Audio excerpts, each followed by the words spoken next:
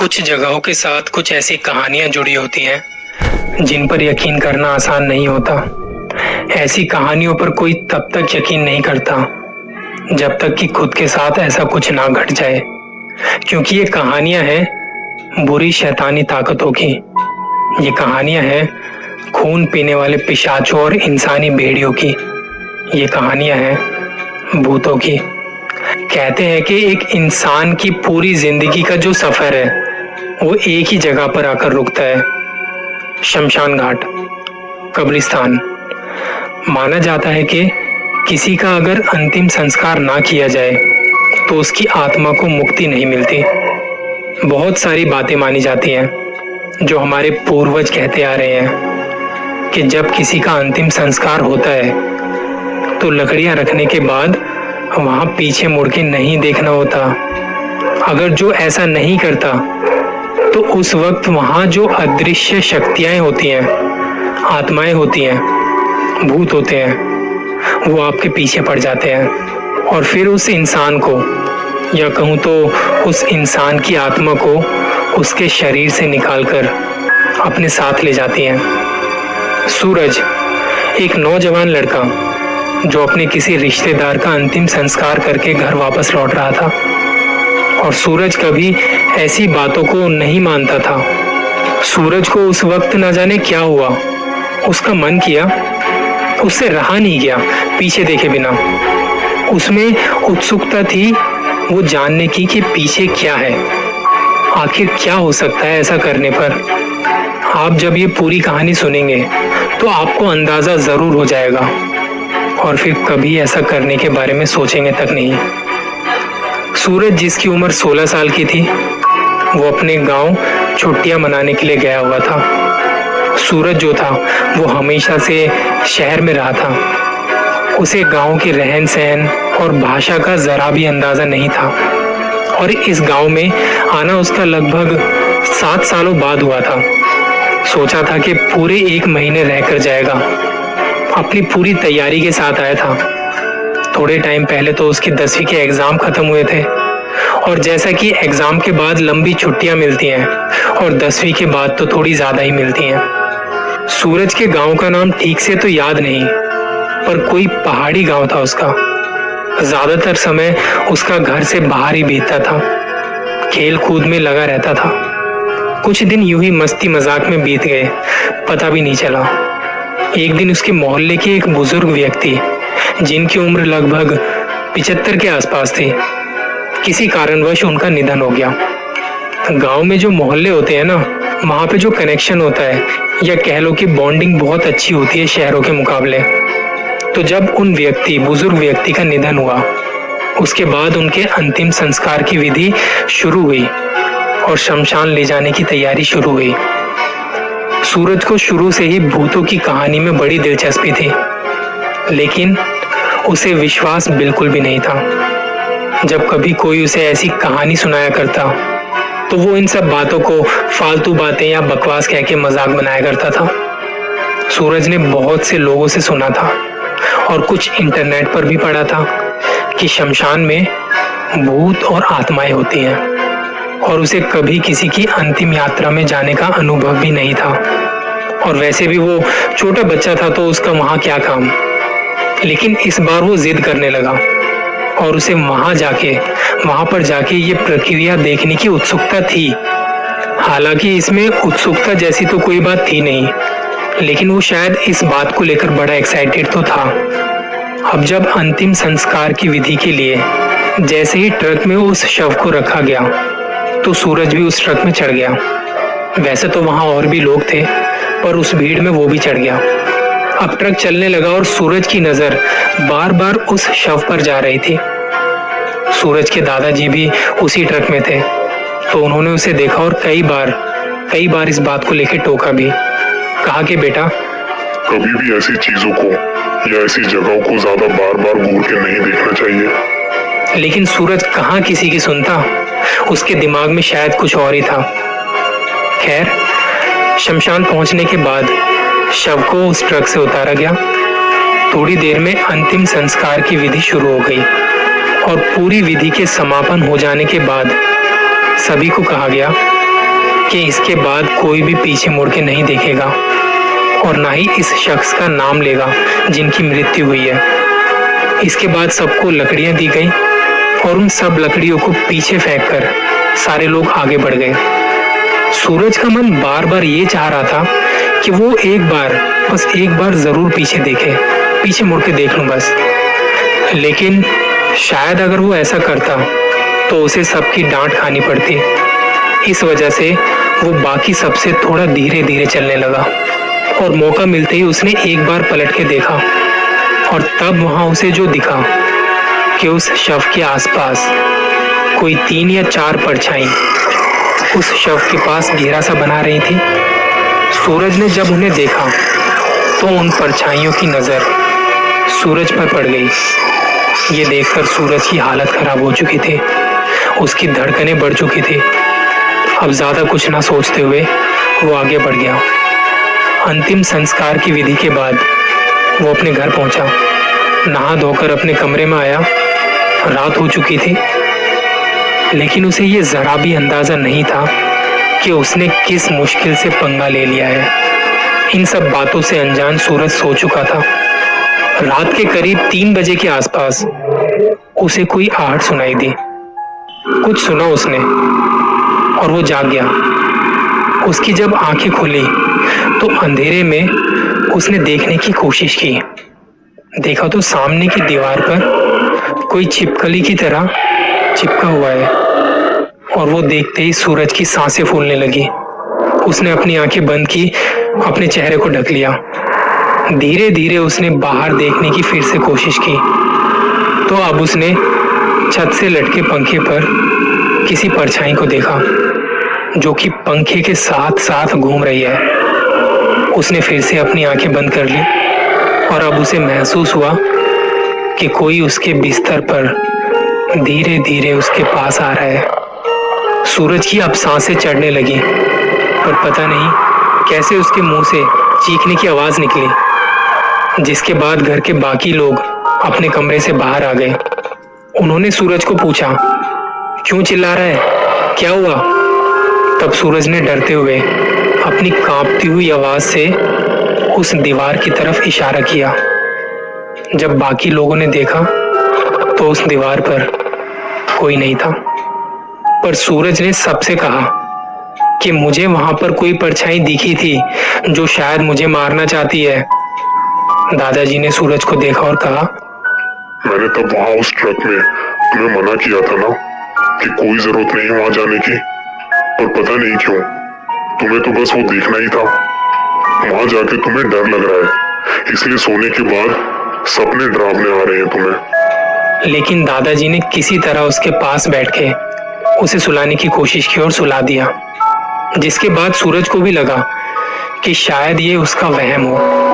अगले दिन उसके मन में अभी भी वही सब चल रहा था, लेकिन दिन में ऐसा कुछ भी नहीं हुआ। पर अब वो डरा हुआ और सहमा सा रहने लगा। जैसे जैसे रात होती तो उसे इस खौफ का एहसास होने लगता। रात को खाना खाकर वो जल्दी सो गया, लेकिन ये सिलसिला यही नहीं थमा। तकरीबन आधी रात को फिर से यही सब हुआ। उसे दोबारा कोई आहट सुनाई दी, जिसकी वजह से वो जाग उठा और ये देखते ही वो चिल्लाना चाह रहा था, पर इस बार उसके मुंह से आवाज नहीं निकल पा रही थी। वो तीनों आत्माएं उसे अब परेशान कर रही थी। सूरज के हाथ पैरों को जकड़ लिया था। वो बस छटपटा रहा था, लेकिन कुछ कर नहीं पा रहा था। सूरज ने अपनी आंखें कस के बंद कर ली और उसमें से एक बड़ी भारी आवाज में किसी ने कहा कि तूने जो गलती की है उसकी सजा तो तुझे भुगतनी पड़ेगी। तूने तेरी जिंदगी की सबसे बड़ी गलती कर दी है। खैर तेरे पास समय ही कहाँ रह गया है। बहुत जल्दी हम भटकती आत्माओं के बीच तेरा भी नाम होगा। और अचानक से एक हंसी की आवाज के साथ वो आत्माएं कहीं गायब सी हो गई। सूरज के मुंह से अब आवाज निकली और उसके हाथ पांव भी खुल गए। तब उसे यकीन हो चुका था कि हमारी इस दुनिया के बाहर भी एक और दुनिया है। अगले दिन जब वो उठा तो उसने जिद की कि उसे शहर वापस जाना है, शायद उसके मन में था कि यहाँ से जाने के बाद उन आत्माओं से पीछा छूट जाएगा, लेकिन शायद ये उसकी गलतफहमी थी। शहर पहुंचने के बाद कुछ दिनों तक तो सब कुछ सही रहा, लेकिन धीरे धीरे वो चीजें फिर से होने लगी। एक रात जब वो सो रहा था, वो उठकर वॉशरूम गया। हाथ धोने के लिए वॉश बेसिन की तरफ बढ़ा, हाथ धोने लगा और फिर वहां जो शीशा था उसमें देखा तो वही आत्मा उसके पीछे दीवार पर से ऊपर से नीचे सरक रही है। ये देखते ही सूरज पलटा, लेकिन अब वहां कोई नहीं था। उसे शायद ये सब अपना वहम लगा और इस बात को यहीं जाने दिया। और जैसे ही हाथ धोने वापस पलटा तो इस बार उसके पीछे तीनों एक साथ किसी पुतले की तरह वहां चिपके पड़े थे। इसे देखने के बाद उसकी दोबारा हिम्मत नहीं हुई कि वो वहां पीछे पलट कर देखे। वो जल्दी से अपने कमरे में गया और कंबल मुंह पर ओढ़कर चुपचाप से सोने की कोशिश करने लगा। नींद तो अब उसकी उड़ चुकी थी। थोड़ी देर में उसे महसूस हुआ कि जैसे कोई उसका बेड हिला रहा है। एक तो पहले से ही इतना डरा हुआ था और अब ये सब होता देख और भी ज्यादा डर गया। फिर भी उसने हिम्मत करके डरते डरते बेड के नीचे की तरफ झांकते हुए देखा तो उसकी आंखें फटी की फटी रह गई। वहां एक परछाई थी जो बेड को जोर जोर से हिला रही थी। सूरज को पता नहीं चला, लेकिन थोड़ी देर में उसकी आंखें बंद सी हो गई। अगले दिन जब माँ पापा उसे उठाने के लिए उसके कमरे में आए तो सूरज उन्हें बेड पर नहीं, बेड के नीचे लेटा हुआ मिला। सूरज को कुछ भी याद नहीं था, इस बारे में उसे कुछ भी नहीं पता। लेकिन इसके बाद दिन पर दिन उसकी हरकतों में काफी बदलाव आ रहे थे। वो अब बड़ी अजीब अजीब आवाजें निकालने लगा था। आधी रात को वो कुछ इस तरीके से चिल्लाया करता कि जैसे किसी ने उसकी हड्डी तोड़ मरोड़ दी हो। और धीरे धीरे अब ये हर रात की बात हो गई थी। हालांकि दिन में सब कुछ ठीक ठाक रहता, लेकिन शाम ढलते ही उसके अंदर बदलाव आ जाते। माँ बाप को कुछ ठीक से समझ नहीं आ रहा था कि क्या हुआ है सूरज को। और एक रात चुपके से दोनों उसके कमरे में चुपचाप पहुंचे। वहां पहुंच के जो देखा वो देखकर उनकी रूह कांप उठी। वहां सूरज कुछ अजीब सी आवाजों में बात कर रहा था। उसके शरीर का पूरा आकार बदल चुका था, चेहरा सड़ चुका था, गंदे से दांत और एक बहुत डरावनी सी हंसी। कभी वो दर्द से तड़पता तो कभी अजीब सी हंसी हंसता। सूरज ने अपने माँ बाप को देखते हुए कहा कि ये लोग मुझे ले जाने आए हैं। आने वाली अमावस्या की रात को ये मुझे ले जाएंगे।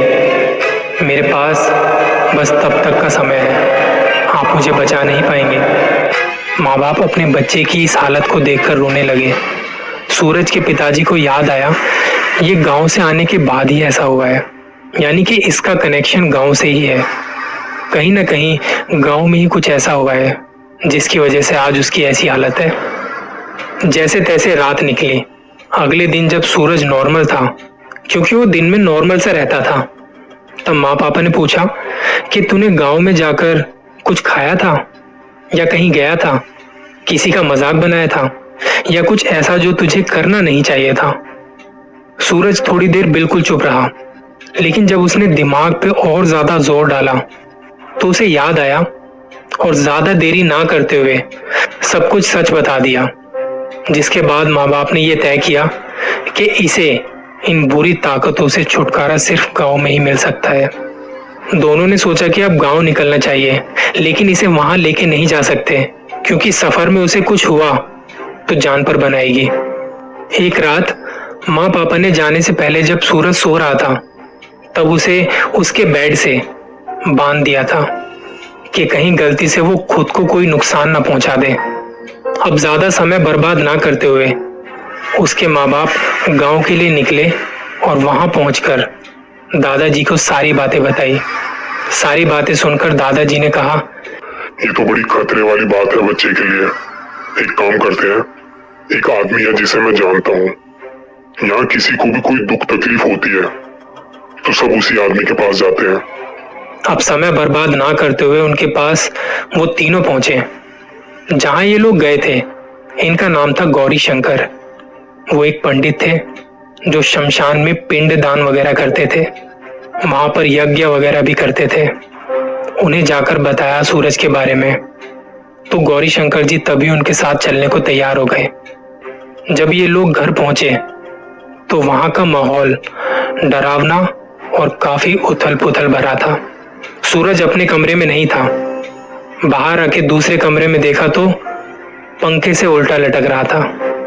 गौरी शंकर जी ने पहले तो उसे थोड़ी देर देखा और फिर गंगा जल उस पर छिड़का, तब जाके वो नीचे आया। पंडित जी ने कुछ मंत्र वगैरह का जाप किया, घर का शुद्धिकरण किया गया, जिसके बाद सूरज के अंदर जो आत्माएं थी वो अजीब तरह से तड़पने लगी।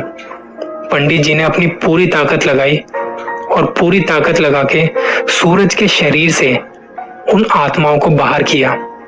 मंत्र वगैरह पढ़ते पढ़ते उन्होंने उन आत्माओं को एक लोटे में कैद कर दिया और वो लोटा बंद कर दिया, उसे लाल कपड़े से ढक दिया। पंडित जी ने ये सब करने के बाद सूरज के माता पिता और सूरज से कहा, जिस तरह इंसानों का मान सम्मान होता है उसी तरह आत्माएं भी इसे महसूस करती हैं। इसलिए जब किसी शव का अंतिम संस्कार किया जाता है तो उसके साथ जो वहां आसपास और भी आत्माएं होती हैं वो उस शव की धुंध के जरिए मोक्ष तलाशती हैं। उस वक्त अगर किसी की नजर इन पर पड़ जाए तो उनका वो मकसद पूरा नहीं हो पाता। इसी वजह से सूरज से बदला लेने के लिए वो आत्माएं यहाँ तक आई थी।